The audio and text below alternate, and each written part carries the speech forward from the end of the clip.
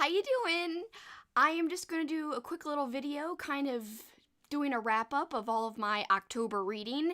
And I will say there's going to be a part 2 to this because I'm going to be talking about some of the books I read with my friend Kat. You guys have seen Kat if you're longtime viewers of mine. You might have seen her in some of my other videos. We do a lot of content together. We do a lot of marathons together where we watch movies like around a certain theme and then we talk about it in a video. And we have literally like 5 wrap-up videos planned for this month. So I'm going to be doing a lot of content with her this specific month, and they're all scheduled and ready to go. Very excited about it.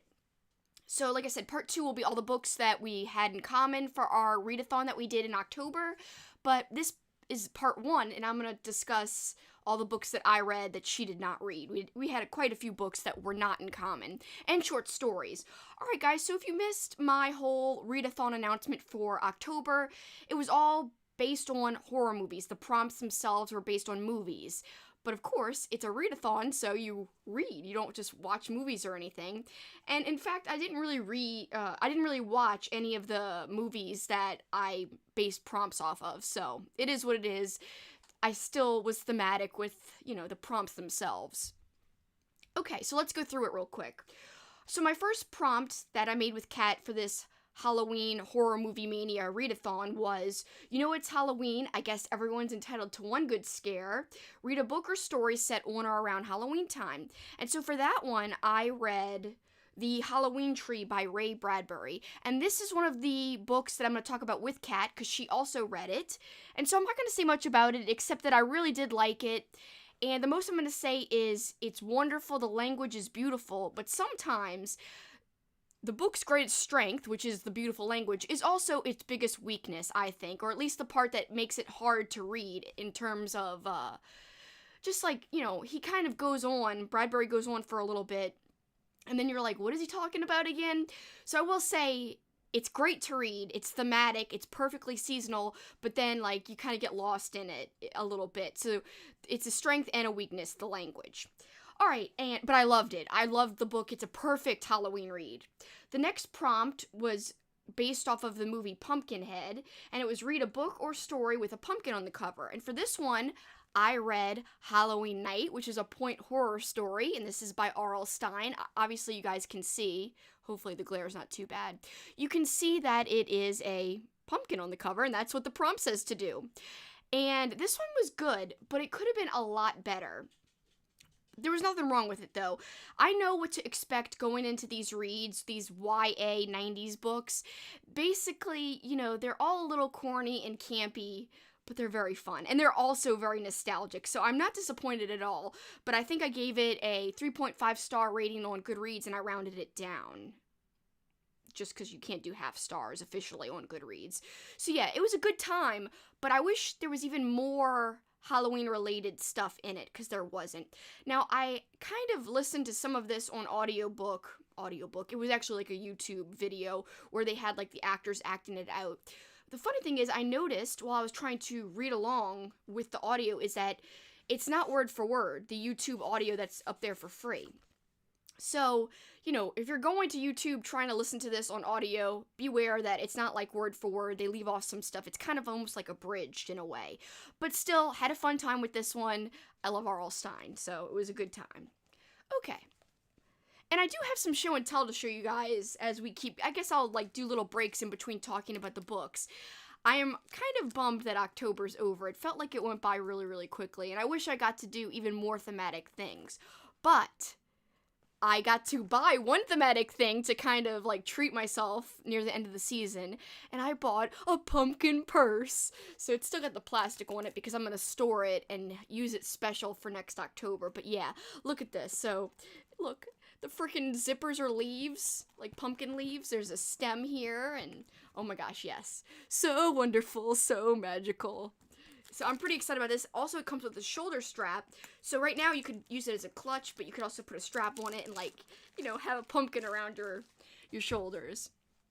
I'm very excited to use it. And I was like, I gotta buy one Halloween piece to add to my Halloween clothes and accessory collection. And that was my piece that I bought to treat myself for this past October.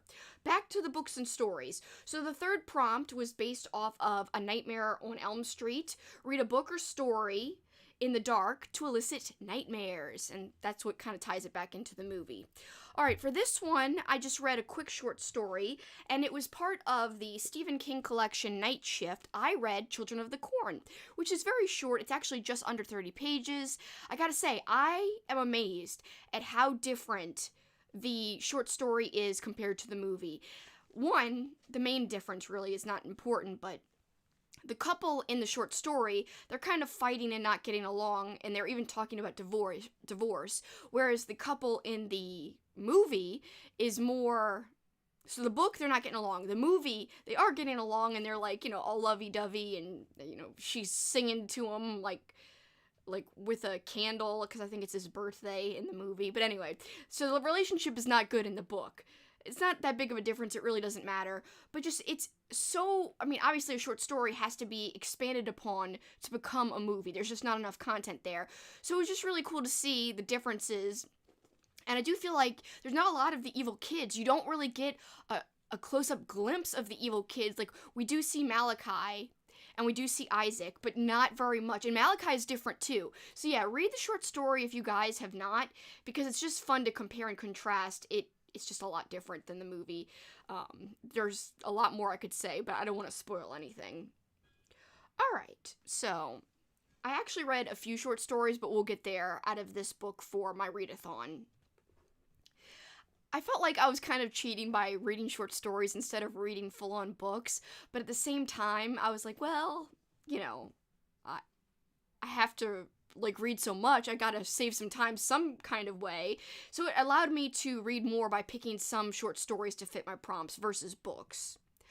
Alright, here we go. So the next one, this prompt was based on Ghostbusters. Who you gonna call? It's one of my favorite, Halloween-y type of movies. So this one, the prompt is read a book or story featuring a ghost or ghostly beings. And for this, I read 2 stories, but I had only originally planned to read one. So the original story I had chosen to read was Tricks and Treats, One Night on Halloween Street, and that was by Steve Raznick-Tim, and it's part of the collection called Halloween, and that's by Paula Guran, Guran, and overall, it had it was like a whole bunch of little short stories making up this one story. And I gotta say, I was not very pleased with it. Some of it was good. Other parts of it, I kind of was trying to rush to get through. And so it did feature a ghost in one of the stories, and that part was good. But overall, I was like, I didn't really love the whole set of stories. So I picked another thing randomly to add in, and I didn't do this on purpose. So I had ordered this off of Amazon. It's Don't Turn Out the Lights, and it's a little collection edited by Jonathan Mayberry. And R.L. Stine is one of the authors featured in here. So as I was looking at the contents in the beginning of the book, I just happened to flip to the page and I was looking. I was like, oh, there's an R.L. Stine story. That's cool. And it's called The Ghost in Sam's Closet. I was like, hey, this would be perfect for the ghost prompt or the Ghostbusters prompt for my readathon. So super short, like 3 or 4 pages, added it in. Cute little story. I can't wait to dig into the rest of the book. Obviously, it's going to be a lot of stories in here. Like, let's see. Yeah, quite a few. This thing is over 380 pages, and it's got like 3 pages of table of contents. So that means there's a lot of stories featured in this thing. Can't wait to get to more. I'm trying to organize and put things down where I don't try to reach back for them. Alright, number 5. This prompt was based on the wonderful, wonderful, wonderful Disney Channel original movie, Halloween Town. And the quote I used for the prompt, being normal is vastly overrated. By the way, I rewatched Halloween Town for my October Halloween marathon, my movie marathon, and it was delightful, and it's one of the movies I'm going to discuss with my friend Kat. We're not going to discuss it in our reading wrap-up, but we are going to discuss it in one of our movie wrap-ups, which will be coming later this month, and it'll be dropping, some point this month. I know it's November, and Halloween's over, but literally all month long, this month, I'm going to be releasing like October wrap-up stuff. So that way anybody who's missing Halloween, like I know I am, you guys will get your post-Halloween fix and maybe, ease some of those Halloween blues. You might be missing it. So this will give you some dose of Halloween because I know I'm missing it. Alright, so Halloween Town, it was so much fun to rewatch. I had a great time. The prompt says, read a more innocent but still spooky-themed book or story geared towards kids, middle graders, or young adults. For this one, I chose The Hide and Seek House, which is part of an anthology series called Don't Be Scared. This is one of the books that I was so pleasantly surprised by. And I'm trying to find the book so I could show you guys the cover. Alright, so the author sent me this book for review, and he actually also sent me one other book, which is called The Monster Box.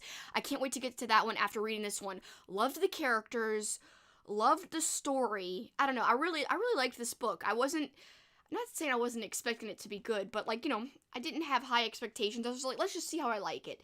And I was pleasantly surprised overall. So I'm going to read you the back of the book really quick. So again, the prompt is read kind of a younger geared book. This one's definitely a middle grade type of book. And so it says, more than a game. Claire and her friends have a long tradition of playing hide and seek in the graveyard. Then everything changes when they find a mysterious tunnel that leads to a house in the woods. Filled with elaborate rooms and hidden passages, it's the perfect place for hide and seek. But there's something in the house that wants to play along, and it doesn't want to play by their rules. I think the thing that makes this book so good is the setting, and also the whole idea of hide and seek. I just thought the setting was really cool. I would love to visit this house with tons of rooms, and I don't know, it was such a cool idea for a story, is a room, like a house with all these rooms. You could explore it, you could play hide and seek in it, and the group of kids are so cool because their tradition is that they play hide and seek in the graveyard. That's when they find the tunnel to lead to this mysterious house. But they're already playing hide and seek in a freaking graveyard. That's already cool and awesome, and a group of friends that I would love to be friends with myself in real life. But yeah, I thought this was wonderful. I do recommend picking it up. I gave it a pretty good rating on... Oh, I haven't rated it yet on Goodreads, but I'm going to rate it pretty high. I'm going to rate it 4.5, rounded up to 5, because I had a good time. Simple, quick, easy, took me literally like an hour and a half. Lots of fun. Like I said, the setting's the thing that really sticks out. We have Ashley joining us in the chat. Hey, Ashley, thank you so much for stopping by. Appreciate you. We're just going through some of the books I read in October, but as I said in the beginning, I'm going to be doing a part 2 later on this weekend, I hope. I hope I'll have it edited by then. We'll see. All right. So that was prompt number 5. There's 13 total prompts for this, if I remember correctly. Isn't it 13? Yes, G's and Pete's. 13 prompts. I didn't remember that it was that many. Alright, so the next prompt number 6, is based off of the movie The Monster Squad. And it says, read a book or story featuring any kind of monster. Literally any kind of monster, it doesn't matter. Vampires, mummies, werewolves, because nards. Because, that's the famous line from the movie. Wolfman's got nards. Anyway, it could also feature blobs, sea monsters, gremlins, aliens, literally any kind of monster or creature. So this one was super loose. You could interpret it however you wanted it. And so this one, it's another book that I'm going to discuss with Kat in our part 2 chat. This, I chose to read Cabal, and so Cabal looks like it's fairly long, but actually, it doesn't take up this whole book. This is an old school hardcover edition, and it's actually only, I think 180 pages. Because the rest is filled with, 5 other short stories. So yeah, it's literally 180 pages, then, they added extra stories in after that, so... It's shorter than it looks, is my point. And I did like it. I don't want to go into details because I've got a lot to say about this. And we're going to also compare it to the movie Nightbreed, because the movie Nightbreed is based off of this book. So, I've got lots to say. Kat's got lots to say. I gave this a 4 out of 5 rating on Goodreads. I think I give it a flat 4. Sometimes I round up or down, obviously. But yeah. Yeah, I gave it a flat 4. Alright, so it was a lot of fun. The basic premise is, if you've seen Nightbreed, it really follows the movie pretty closely in terms of premise. The monsters are actually kind of like the heroes, but they're also misunderstood, and they are dangerous. It's not like they're just good guys and good people. There are kind of some shady characters in Cabal. So it's not like all the monsters are great people, because I know Clive Barker himself has described the monsters as people didn't want to see a movie like Nightbreed filled with monsters who are like heroes, and monsters are the champions of the story or of the movie. Whereas in Cabal, I feel like you do get a lot darker of a side, and I feel like the book overall is much darker than the movie, and that's as far as I'm going to say in terms of analysis of it. Kat and I will break it down further, and I can't wait. But overall, a really good time, I will say. So I didn't read it word for word because I mostly listened to it. And I listened to it while I was like on an airplane because I did visit Seattle earlier in October. And so it was perfect to listen to the audiobook on the airplane. So I kind of did a dual like listening and reading, but there were some times where I just listened. So it was basically like an audiobook listen for me, but it was really well done, really well narrated. So overall, I enjoyed that aspect of it too. It kind of made it almost cinematic in a way, obviously, because you got someone reading it out loud and like kind of performing the lines. I've been getting into more audiobooks lately. I do find that it's a great way to read more. So, whereas sometimes I might have struggled to get through a book in a certain amount of time, the audiobook, and I'm listening on like 1.5, 1.75, sometimes 2 times speed. I know that's like terrible, but like it helps me get through it faster. When you're trying to read a lot, it's a great tool. So yeah, that's what I used. I used it as a tool essentially to listen to that audiobook. It helped me get through my readathon. Alright, so next up, prompt number 7. So far, I've mostly enjoyed all the things I've told you about so far. All the books and stories I picked. Mostly. Minus like that one that I told you, the short story Trick or Treats. That was okay, but Tricks and Treats, I'm sorry. But, it could have been a little better in my opinion. Alright, the next one is based on the movie House, and the reason we chose to base a haunted house prompt on the movie House and not like something like the Amityville Horror is because the Amityville Horror was already a book, and so we wanted to use movies for our prompts that were not based on books except, not except anything, basically none of these, except one is minorly like based on a story, but otherwise, none of these movie prompts are based on books. Alright, so House, like I said, just a movie. And that's what this prompt is based off of. Read a book or story featuring a haunted house, hotel, apartment, or literally any place that's haunted. So for this one, I read the story, The Haunted House, and of course that's part of the Scary Stories to Tell in the Dark collection. I've read this a long, long time ago when I was really little, but honestly, I know a lot of people remember it very well, and they remember it very fondly. It's not that I didn't like it, I just wasn't a big reader. So I did not remember reading this story. It was great, super short, like just a few pages long. The illustration, that's really the best part. Wonderful stuff. I know I don't have to say too much about it because everyone and their grandma, has read Scary Stories to Tell in the Dark. My copy's lame. It's like an old, library copy that I got from thrift books because I didn't own it. I've got to get a nice copy or something because this is appalling. I have to get a nice copy. But I'm just happy to have it because it was nice to read it. And I honestly will go back and reread the rest of it. I don't know when, but it's going to be a very quick reread whenever I decide to delve into the rest of it. Alright. That one was definitely a success. I really liked that story. Really, really dark and eerie for a kid's book. But again, I'm not saying anything new. You guys know that. Alright. Moving right along. We're over halfway through now. Yay. In terms of reading out the prompts and talking about the books. I'm going a little faster than normal because my boyfriend Paul came home and he's got some chicken wings and I have not eaten dinner, so I'm like, wings, I'm hungry. So I'm kind of going a little bit faster than I usually would, which is a lame reason, but sorry guys, I am a little hungry.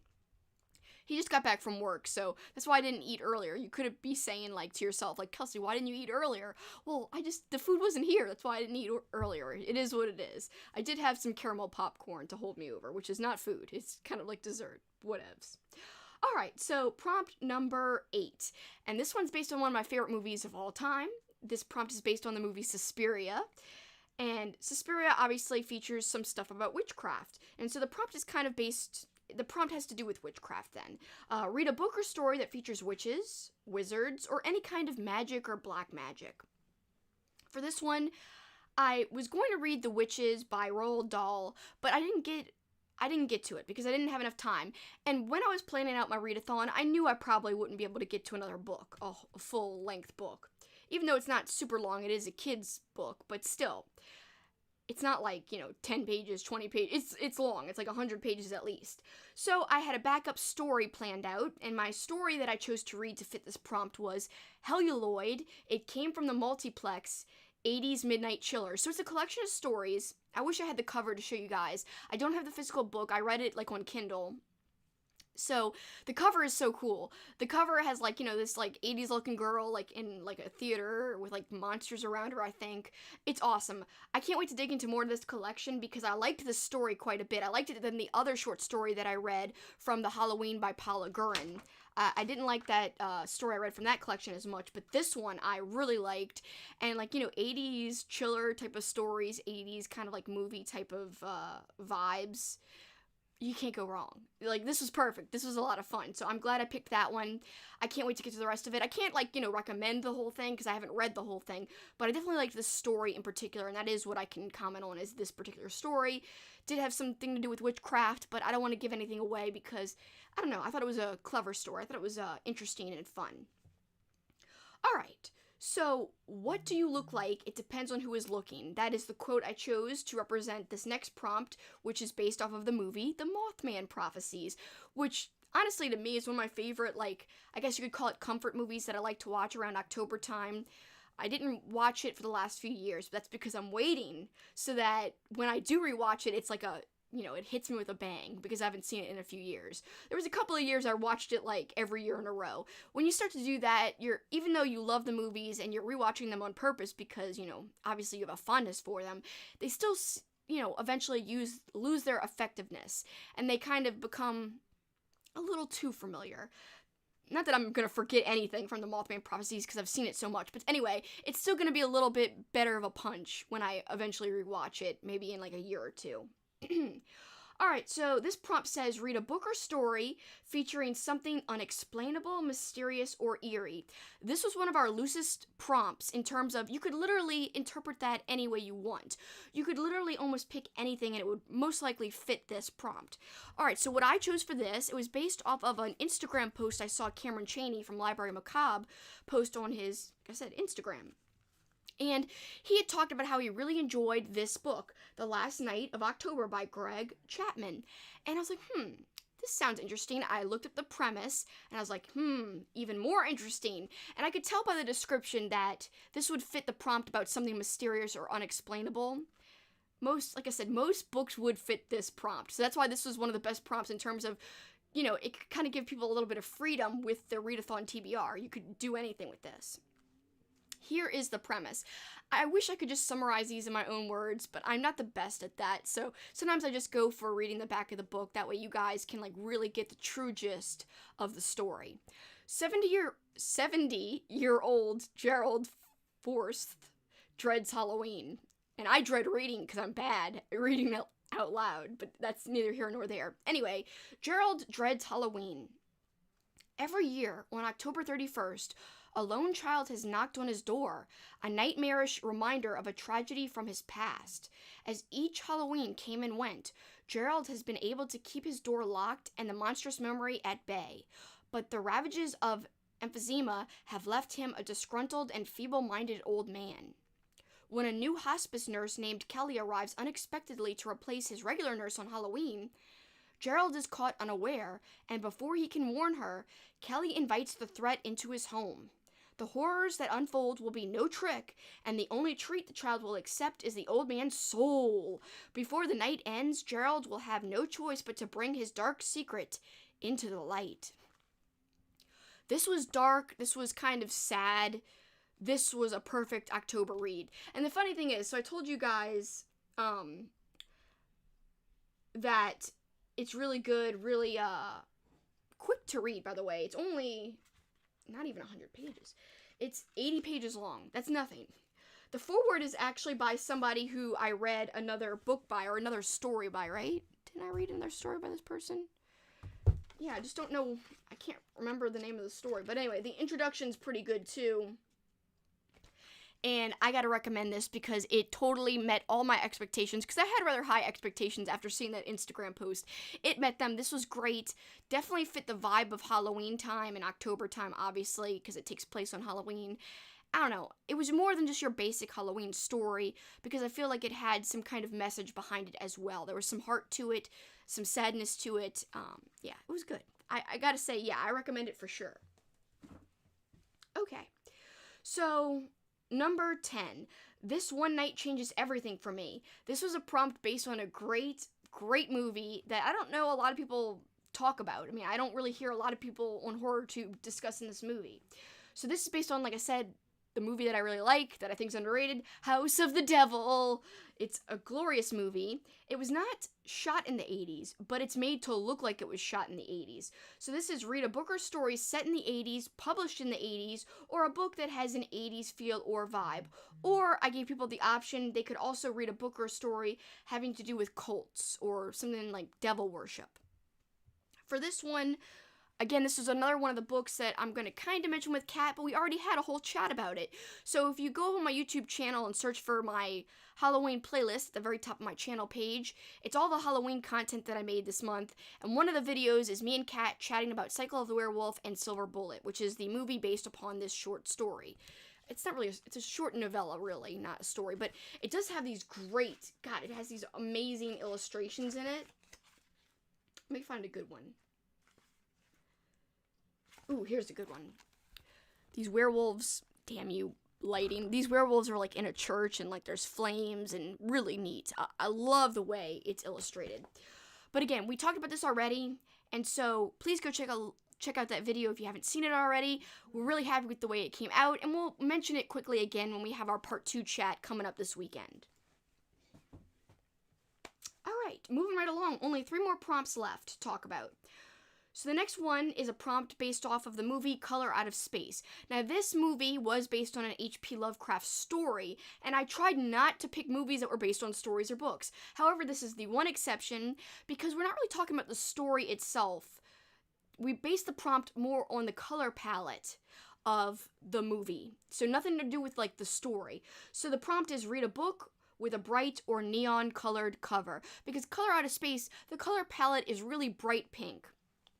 If you've seen it, like magentas, pinks, it's very heavily featured in the movie. So yeah, that's a huge part of the movie, and that's what we decided to take inspiration from the movie for the prompt. So for this one, I'm really happy with what I chose. Like, super happy. It's one of my favorite reads of the entire month of October.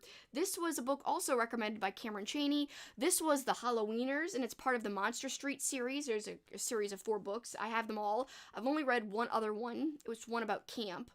But this one was better than that one. I know there's 2 more I still need to read, and I heard those are great too, but I love this one. And this is by J.H. Reynolds. So this was a great recommendation by Cameron. I was totally blown away by it because it had a lot of heart. It was very cute and sweet, and I even teared up at one part with something to do with the mom in the story and something about her family. And when they discuss, like, what's going on, it really made me, like, tear up. I was like, no. Alright, so I did actually listen to this one on audiobook. I didn't really read much of the actual book itself, like, physically. I wanted to listen to it because I needed something to do on an airplane flight. It was also coming back from Seattle. So I read Cabal on the way to Seattle, and then coming back to New Orleans from Seattle, I listened to Monster Street. So yeah, I was listening to audiobooks during my flights. And that really is a good way to listen, because that way you don't have to read and like hear people talking. The audio kind of drowns out the people on the plane. Alright, so here's the premise. Halloween isn't just Fisher's favorite holiday, it's his obsession. So when he's invited to join the Halloweeners, he couldn't be more thrilled. While trying to help them win the town's annual trick-or-treating competition, the Halloweeners stumble upon a mysterious cauldron at an old haunted house. After eating the irresistible candy inside it, Fisher's new friends are all transformed into monsters of their costumes. Now it's up to Fisher to help return his friends to their human forms by sunrise, or else they'll be doomed to remain monsters forever. I just think it's so adorable. I really adored every second of this book. Innocent, obviously it's a middle grade book, but still, it really met all those Halloween vibes that I was looking for. It filled those gaps that I was trying to fill in terms of, feeling thematic. This had that. So yeah, you could say some of it's kind of simplistic and kid-like, because I saw a review on Goodreads. I forgot who reviewed it. Someone I follow from BookTube, and said, Who was it? I see my friend Kelly rated it 4 stars. Oh yeah, Nakia's Hideaway. She rated it 3 out of 5. And she said, she prefers The Boy Who Cried Werewolf, which was another book in the series, which I haven't gotten to yet. But she said this story was cute, definitely not meant for an adult my age. I don't know, I mean, I know it's not meant for adults, but I enjoyed it nonetheless. I really, had a great time with this, and it just, oozed Halloween to me. So that's why I liked it so much. I just thought it hit all the right notes for me at the time. So I gave this one, did I give this one a 5 stars? Yeah, I did. I gave this 5 stars. I had a great time. It made me tear up. And, it hit me emotionally. I feel like it was effective, and that's why I rated it so highly. Okay. So, next up, number 12. This is based off of the movie Terrifier, which features a very creepy clown, and his name is Art the Clown. And Kat and I are going to talk a lot about Art the Clown this month because we watched All Hallows Eve, which is basically the movie before Terrifier. It's the first time we see Art the Clown on film, I believe. And then there's another short movie with Art, but I can't remember if it was before or after All Hallows Eve. But we've got lots to say about All Hallows Eve because it surprised us. Did it disappoint or did it, exceed? You'll have to see, what we say in our future chats because we've got lots to comment about it. So the prompt for Terrifier, though, which also features Art the Clown, like I said, that's read a book or story with a creepy clown, menacing mimes, or dangerous dummies. They're supposed to make you laugh, but some of them end up trying to murder you instead. So this one was also kind of loose because you could do dummies, dolls. I didn't list dolls, but dolls would count as well, along with dummies, because they're both kind of versions of dolls in a way. Mimes, clowns. It's somewhat loose. You could almost pick anything. But I picked another book I was super happy with, very happy with. Again, not to, drive this into the ground, but I want to give props to the person who recommended them, and I saw this. I would have never heard of this had it not been for Cameron's channel. So another book I got off of Cameron's recommendation off of his channel, and this one is part of the Spine Shivers series, and it's The Grin in the Dark by J.A. Dark. Kind of a fun dark, but spelled differently. His name is spelled D-A-R-K-E, so Dark. I don't know, I don't think that's his real last name, I don't know, maybe I'm wrong, but that would be very coincidental. This was spooky. For a middle grade book, this was, really off-putting and creepy.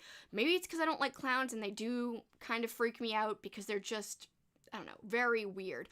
By the way, so one of the characters in the book, a mom, or, I guess the main character's aunt, and he's going over to her house to babysit her kids, the aunt, the guy's aunt. It's his cousins. So he's going to babysit his cousins, and the mom of the cousins, she collects clown stuff. So all over the house, she had clown stuff, but she had to put it away because the 2 twins, her kids, were getting scared of all the clowns. And they were having all these nightmares. The aunt, or the mom of the cousins, she thought it was because of all the stuff she owned, and the dad thought that too. But we come to find out in the story that it's really because of another reason. They're not dreaming of her clowns, they're dreaming of another clown. Is the clown real or not, the one they're dreaming of? So here's the official premise. While babysitting his twin cousins one stormy night, Hamid sees an alert that a prisoner is on the loose nearby. He doesn't think much of it until the twins tell him that a man dressed as a clown has been coming into their bedroom. Still, he thinks the twins are imagining it and puts them back to bed. But when he starts seeing and hearing terrifying things as well, will he be able to convince himself it's just a nightmare? So yeah, look at the cover. The cover is really amazing. Blows me away. Really effective in terms of a horror book for younger kids. Like if I was a kid, I'd be like, do I really want to read that? That might be a little too much for me. As an adult, like I said, the story itself spooked me. There was parts where I literally had, chills. I was like, oh, this is, ugh, seeing a clown. The way they described it, I was like, clowns, no. I loved it, though. 4.5 stars, for sure. Good read. I would recommend it as well, so I'm kind of seconding.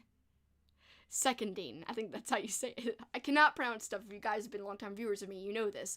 But I'm giving a second nomination to the, recommendation that Cameron did. Yes, I would recommend it as well. So, it's recommended squared. That's how I can say it. By both he and I. Alright, and last but not least, and this was the bonus prompt. And this prompt was based off of the movie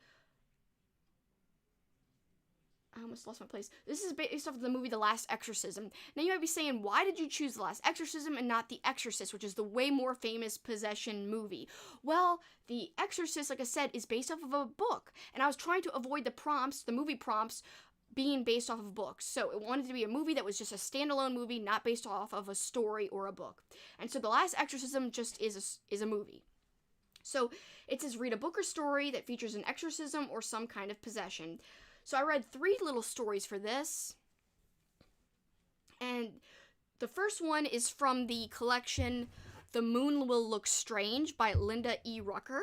And this one is a different type of, I guess, possession story. I wasn't even sure that there was a possession in the story. I don't know how to feel about it. It was a good story in terms of it was well written, it was entertaining, it was different, it was short. So there's really not much to it. But the story I chose, what was it called? I think it was called The Last Reel, R-E-E-L, like a film reel. Yep, that was it. And it was very short. So this one was good, but I can't rate it because it's just a story. I would like to read the whole collection before I give a rating to anything, but if I was just telling you guys a rating, I guess like a 3.5. I mean, it was enjoyable, but I feel like it didn't fit the prompt, like, overly so. But I had heard it was, like, featuring, like, some kind of possession type of thing. That's why I chose to read it. I kind of read about it, but yeah, I don't know. I don't know if it met my expectations. I wouldn't highly recommend it, but I think that the collection will be good because she is a great writer from what I read from that story in terms of, like, the quality of the writing. It was very high. Alright, so the next story was The Mangler, another story that I got from the book Night Shift by Stephen King. Another short story. I loved it. It was great. It was a definite, unique take on a possession type of story. Basically, essentially, it's like a possessed, like, heavy machine, a machine that folds laundry. And there is a movie based off of this short story, which I have not seen, but I'd love to see it because it's probably going to be wacky and crazy and interesting. But the short story is actually pretty bloody. It's just super fascinating that he chose, like, a laundry folding machine. I don't know. Anyway, it's just unique as hell, as I kind of said a second ago. And so I would definitely recommend The Mangler. It was a fun story. Kat was supposed to read it, but she didn't get to it, so I wish she had read it because I think she would have liked it. And it was a very quick read. And finally, the most disappointing story of all that I read for the whole readathon, and probably my least favorite thing I read all October long. It's a short story, but it is available as, like, a standalone, like, you would buy it on Kindle. It's not really, I don't think it's even available physically as a physical copy of a book. It's only 16 pages long, and it's called Hello Moto, and it's by N-N-E-D-I. I'm spelling it because I know I can't pronounce it right. I'm terrible at pronunciation, as I said, and I've said that in many streams, and if you guys have been watching, you know that it's true. It's not an exaggeration. The last name is spelled O-K-O-R-A-F-O-R. So this one, I just felt like it was confusing. The premise was really cool. So the premise is that these girls have these wigs, and the wigs kind of possess them and, like, make them powerful and make them do stuff.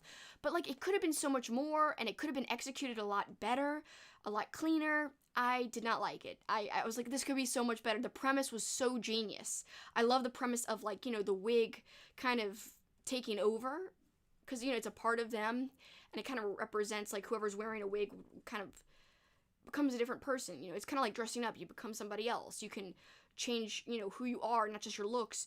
In this case, it changed who they were as people, too, so it went a step further. Great premise. Just, I didn't like the way it unfolded. So, to me, I wouldn't recommend it personally, but I'm glad I read it just to see what it was all about, and like I said, the whole reason I picked it is because the story intrigued me from what I read in terms of the summary about it. But yeah, whatever. October was a good month. I gotta say, it was a fun month. However, I gotta say, I think I'm already thinking that November is gonna far surpass it, but we'll get to there in a second. I did want to say one other thing that I added. So I have this awesome collection that I found, Halloween Horrors, edited by Alan Ryan. This is a vintage paperback. Really cool cover. Look at this, like, creepy clown sombrero wearing person. I don't know, but I haven't read all of it. I've only read one story out of this. So I posted a picture of this along with some other books on my Instagram, and Will Erickson, if you guys know, he helped write Paperbacks from Hell with Grady Hendrix, and he also has a wonderful blog called Too Much Horror Fiction, and he commented on my picture and said, have you read Michael McDowell's story in Halloween Horrors? If not, like, you gotta read it, it's good. So the story that Michael McDowell wrote in this collection is called, I think it's called Miss Mack, yes, Miss Mack, and it's very short. It's set in a southern place, which is kind of like Michael McDowell's signature. He sets horror stories in the South. So a lot of times, you know, you think of certain horror tropes and you think of wintertime or cold weather. Like for haunted houses, for instance, but Michael McDowell flips that on its head sometimes, like with his book, The Elementals, which I did read earlier this year. So The Elementals is awesome, and I really personally very much enjoyed it, and that was set, like, you know, in the hot sun, like in Alabama on the beach. And so that was such a stark difference from usual haunted house stories, which are usually set like in a cold like manor, a cold like old rickety house. But yeah, this one was like in a bright sunlit, well, it's actually not just one house, it was set like around 3 houses. So yeah, The Elementals was good. So once Will Erickson told me to check out Miss Mack from this collection, the story, I had to check it out. So it was really good. I really liked it. It was short, sweet, very subtle. I will say I would consider it super subtle horror. Like very, very like, where you're like, is this really horror? But I liked it. I enjoyed it. It did take place on, part of it took place on Halloween night, and that's why it was part of this collection, Halloween Horrors. But yeah, I don't think it gave me like the complete vibes of Halloween, I gotta say. That's why I'm not like overly ecstatic about it, but I love McDowell. I can't wait to read more of his stuff, and yeah, it was enjoyable. I do recommend the story overall, but don't go in expecting like super Halloween-y feelings after you read it, because you're not going to get those. Really, there's like only a few little instances that make you even aware that it's Halloween. It is what it is. So that's my little extra thing that I added in. So we have 2 people joining us in the chat, 2 people joining right now. Dana, hi Dana, thank you so much for joining again. Oh, I appreciate you so much. And then Screaming Pages, hello Screaming Pages, thank you so much. And they say they have never caught one of my streams live, but here they are. Yay, I appreciate you. It means a lot. I'm all ecstatic about it, but I'm very sincere when I say I do appreciate you guys watching, whether it's live or after the fact. Thank you all so very much. So we've already talked about a lot of books, but you guys have just joined in time, and anybody watching after the fact, you'll still catch some goodies, because I'm about to show you some cool book purchases that I got in the mail. Alright, so as I was saying, my November TBR seems to be kind of surpassing my October TBR a little bit, and so one of the books that I recently just got, like in the last week, and I've already finished it, is my first book by Richard Lehman that I ever read, and it's Endless Night. And I don't want to get into it because I'm already like way jumping ahead, like really ahead, because this should be talked about in my November wrap-up, and we're literally only 4 days into November. But yes, I read a nearly 500-page book in 2 sittings. I started like November 1st, finished it November 2nd. This book is everything. I don't know how anything in the rest of the month is going to live up. So I will say, Richard Lehman is trashy. He is really weird, and it's not like a book to just go in lightly. Like, I'm all excited about it, but it is brutal. It is kind of gross in parts, and it's a little hard to read, but hard to read in that, like, the descriptions are intense, they're extreme, they're disturbing, and creepy, and really, honestly, as a woman reading this, because, yes, there are triggers in here, so I would look up the trigger warnings if you're even contemplating maybe picking it up and never, like, have touched a Lehman story or don't know about him. He is notorious for having extreme stories, which also has some really, like, weird sexual content a lot of times. Like, the characters, it's not just the women though that are sexualized, like the men are sexualized in the story, or like as well, even young, like young boys, not young like gross, but younger characters are also like, they're like, oh, she looks good, or oh, he looks good. Like, one of the other characters is saying that about the other character. So at least, like, to quote my friend Juan from Plagued by Visions, by the way, wonderful YouTube channel. If you don't already follow him, which I can't imagine why you wouldn't be following him if you follow me, you probably already are following him, because he's incredible. So Juan said that Richard Lehman is a different kind of cozy. And I know that sounds so strange to, you know, for someone who writes about, like, like rape and sexual assault and stuff, like, yes, okay, it is hardcore and extreme and really hard to read. I'm not like downplaying the subject matter, but in terms of being cozy, why is that cozy? Because it's so fast paced, it's so like a page turner. So even though the writing isn't the best quality in terms of how he writes things, and some of the dialogue is absurd, and some of the plot points are also, to use the same word, absurd, over the top, unbelievable, it doesn't matter. You go into the novel, I think all of his books are going to be like this. You go in knowing probably that, yeah, it's going to be a little crazy. It's going to be kind of gross as well and extreme and have some weird stuff in it and also some hard to read stuff in it, unfortunately. But that is the way of the world. And it's stuff that, like, truly creeped me out. Like I said, as a woman, reading about, like, this character who, like, some of the characters, they're getting sexually assaulted. Other ones could get sexually assaulted. You just don't know if they will or not. And it is terrifying. So it was cozy in the sense that I could not put it down.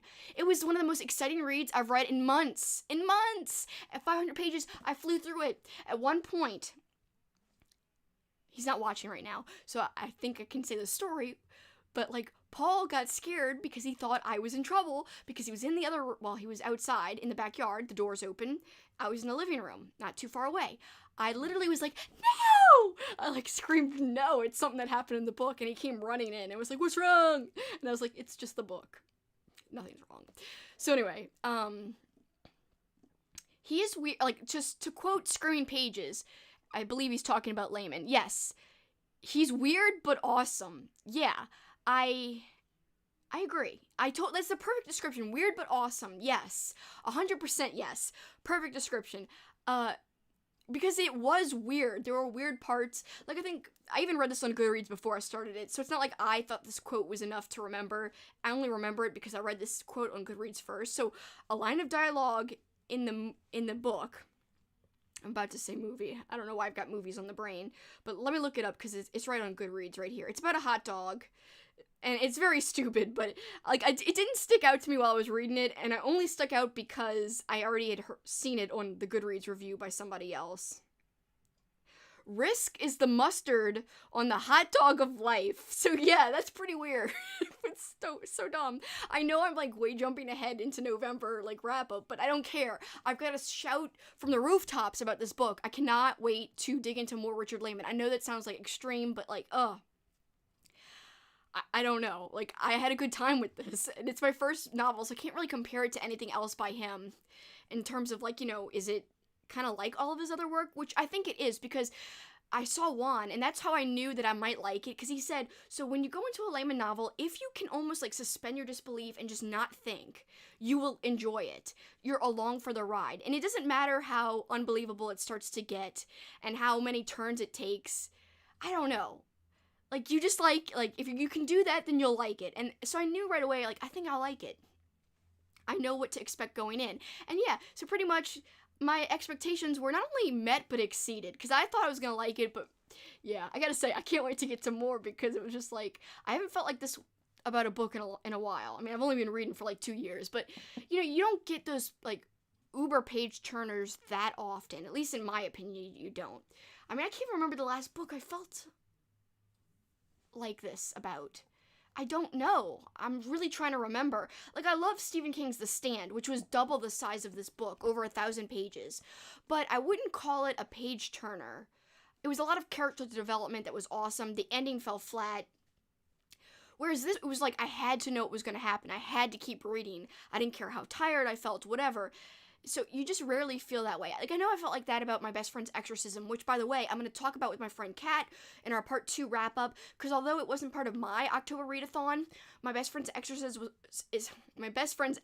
was part of her readathon, and I read it a year ago. So because we both read it, and it was part of one of our readathons, we're going to talk about it. And I hope I can remember it as much as she can, because she just read it. But I have a feeling it'll be a lot more crisp for her, but I'm still excited to talk about it. But that's like the last book I remember, like, really feeling that way about. I know I really liked The Ninth House by Leigh Bardugo. I'm trying to think of more books, like, that I felt like this about, where I just had to know what happened. I know some of my summer slasher books, like, okay, Under the Blade by Matt Serafini I loved. I couldn't wait to get to the end. But yeah, Richard Lehman, man, I can't wait. More! Like, now, like, I feel bad because, like, now I'm trying to read other stuff for my November Readathon, which is based on 90s movies and TVs. All the prompts are based on, like, all of that stuff, like, all kinds of 90s nostalgic stuff. But yeah, I can't get into, like, my next book like I got into Endless Night. Alright, so let's read some of the comments about Richard Lehman before I move on to my other show and tell stuff. Dana says she's excited to read it now.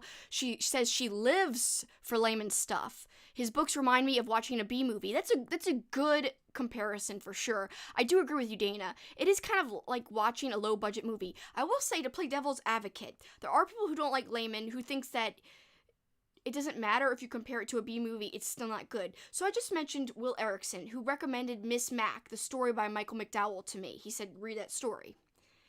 I really feel like, from what I've read that I know Will Erickson has read, and the reviews I've read of him, of the things we've read in common, he seems to like subtle horror a lot. Like, he likes kind of eloquent, I mean, not saying that he doesn't like trashy stuff too, but I have noticed he's okay with quiet horror. He really likes quiet horror, and he seems to really praise quiet horror. I sometimes like balls to the wall horror. So he recently posted on his blog, he gave another Richard Lehman novel a try and hated it. So he said, like, nothing, in fact, what was it? I'm gonna have to look it up, because I don't remember which one it was, but let me look up his blog right here. But yeah, he said he just does not like it, and when people compare it, in fact, I'll just read you what he said instead of trying to summarize it. Okay, so he tried to read The Beast House by Richard Lehman, which has pretty darn good reviews if you look on Goodreads, let's say. So he says, look, you gotta believe me. I gave cult favorite Richard Lehman another try because I wanted to give him a fair shake. Over the years I've been writing this blog, I've read and disliked 4 of his novels and a couple of short stories. Each time I've reviewed something by him, I've been told by fans some variant of, oh, you should read this one, or you should have read that one, or this one is his or this is one of his weaker titles, etc. But what I found is those bits of advice are distinctions without a difference. I even read all of the free excerpts I could find on Amazon. The Beast House, published by Paperjacks in 1987, the first sequel to his debut dud, The Cellar, is failure in its purest form. That's extreme there. Inept and inert, dull and dopey.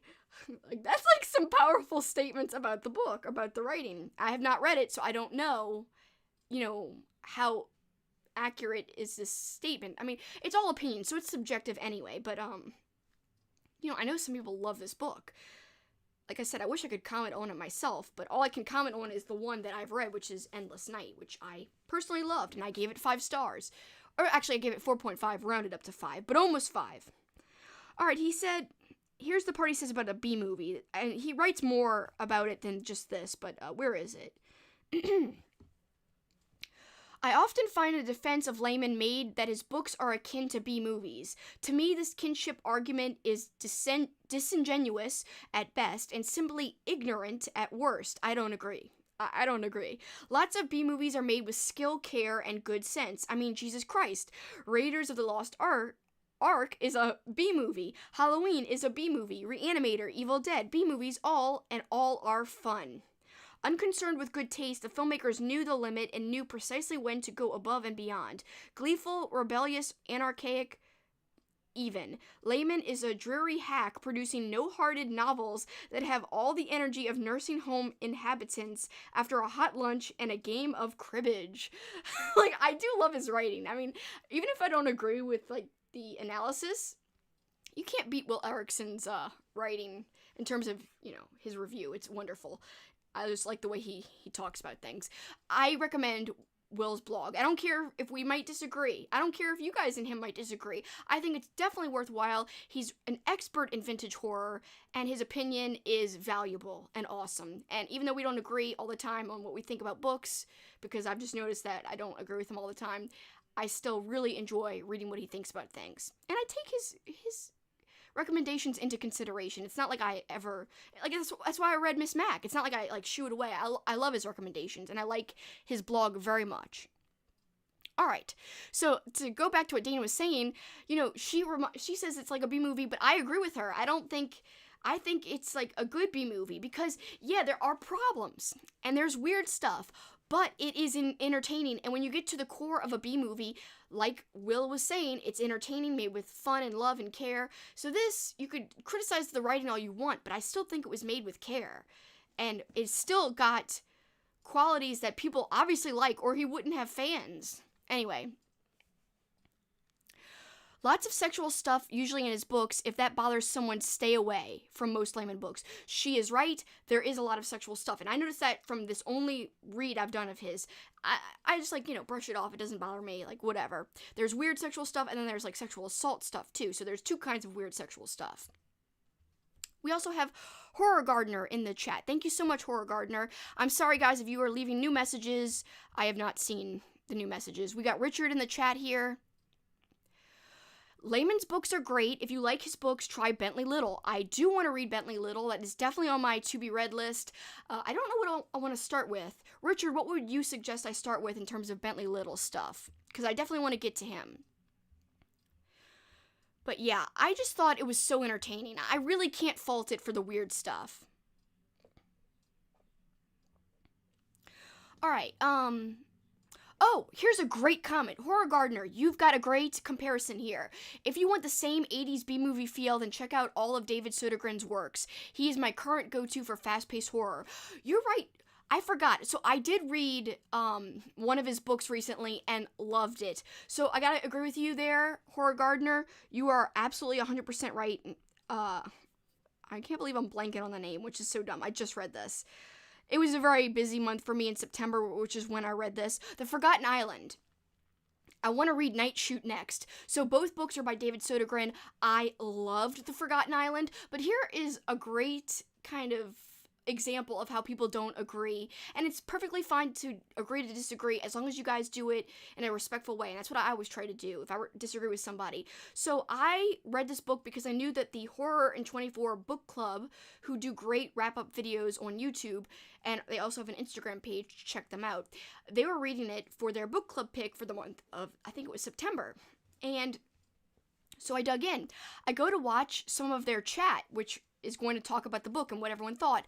Like 4 of them, maybe 3 of them, I can't remember how many specifically, a lot of them DNF'd the book and said they didn't like it and said that, like, like the writing was kind of like amateur in terms of like the way, like, one of the characters was talking about sex, it was unbelievable, blah, blah, blah, and I was like, I disagree. It was fast-paced, it was fun, it was like, hitting you hard, where, in your gut, where it counts. I don't know, I loved The Forgotten Island, so that made me feel kind of like Endless Night did. I don't know how I forgot about that.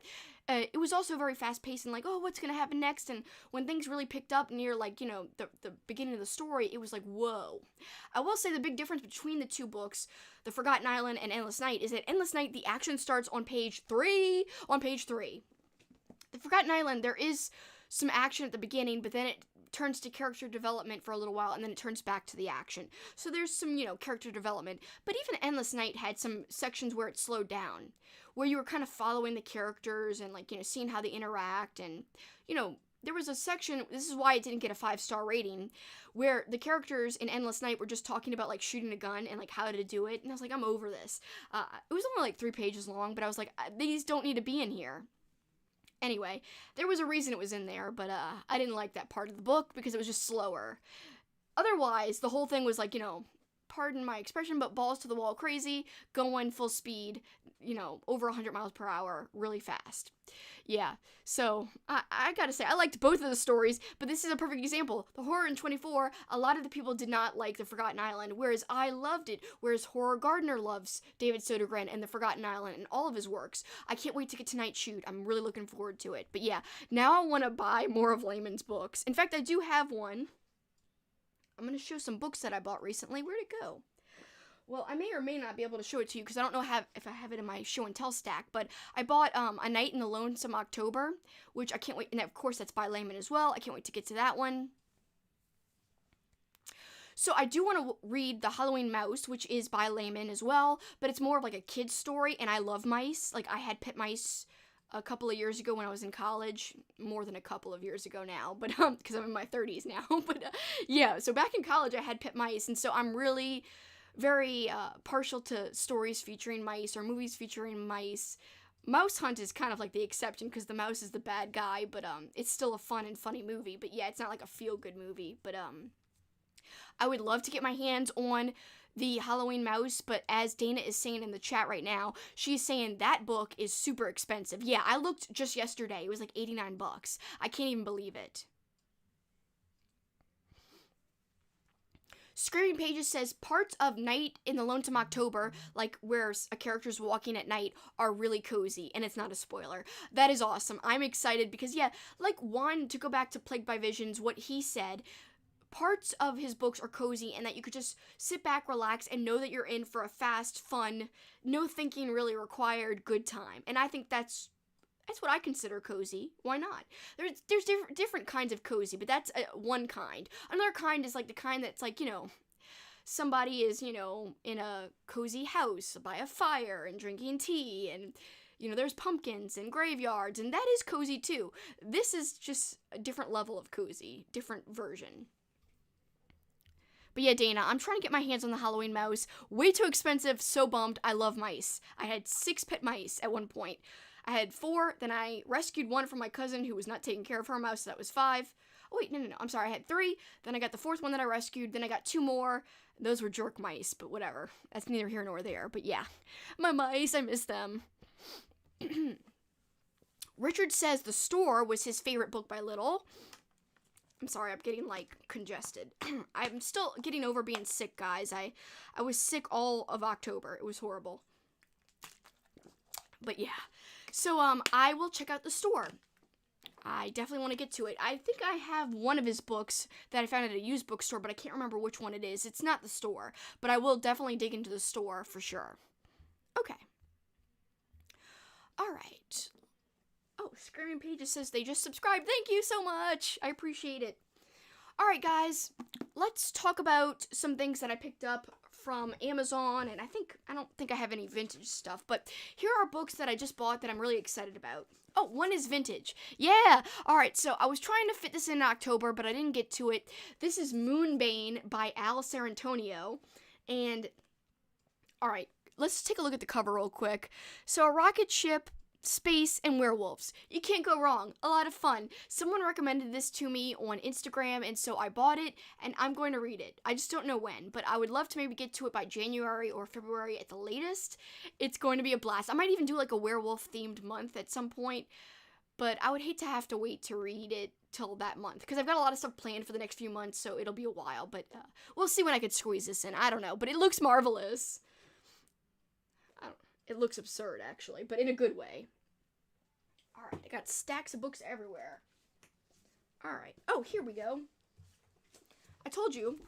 So here is, like we were just talking about, A Night in the Lonesome October by Richard Lehman. I'm going to get to this eventually. I really want to get to it now, but I'm doing a whole other readathon, which this is not part of my readathon, so I can't, technically, I mean, I could, but I'm not going to, because it would disrupt everything I had planned.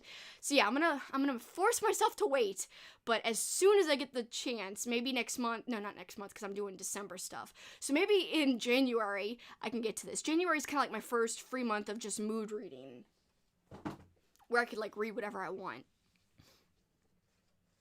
Oh, Screaming Pages, you're the person who replied to me on Reddit. Thank you so much. I'm so glad that you found me on there. Thank you. Yes, I was on Reddit the other day promoting some stuff, so thank you, Screaming Pages. Alright, guys, so I also recently bought, and this is obviously not vintage, it's new. It's The Patient by Jasper DeWitt, and I heard great things about this. There was a great horror chat. I forgot whose channel it was on. It might have been Gabby's channel, Gabby Reads. She had a whole bunch of great horror tubers and booktubers on there, and they were all recommending great books, and it took me forever to... I'm still not done watching it, because every 2 seconds I'm pausing the video to add stuff to my Amazon wish list, and this was one of the books I had put on the wish list, but I kind of bought it right away. So I can't wait. They said it was super disturbing and, made them go, whoa. So this seems like it's gonna be awesome. There's only, quotes on the back. Alright, so I don't know too much about it except that they said it was good. Another book that was recommended on that same chat was Stolen Tongues by Felix Blackwell. And Gabby and a few other people said this, legit scared her. And so I'm like, hell yeah, I gotta see what this is all about for myself. So heck yes. Dana says she loves the idea of a werewolf month. Yeah, it would have to be like February or maybe even, because I'm doing a lot of thematic stuff. Like I'm going to spoil it, but you guys get a sneak peek who are watching live and anyone that watches after the fact. I'm going to be doing a really fun must-read March. There are a whole bunch of books that I really should have already read by now, and so I'm going to like take some of those book titles and then put them on my March TBR, and I'm going to call it Must-Read March. So, like, what's a good one? Like, A Head Full of Ghosts is one. A book that everyone has read, but I have not.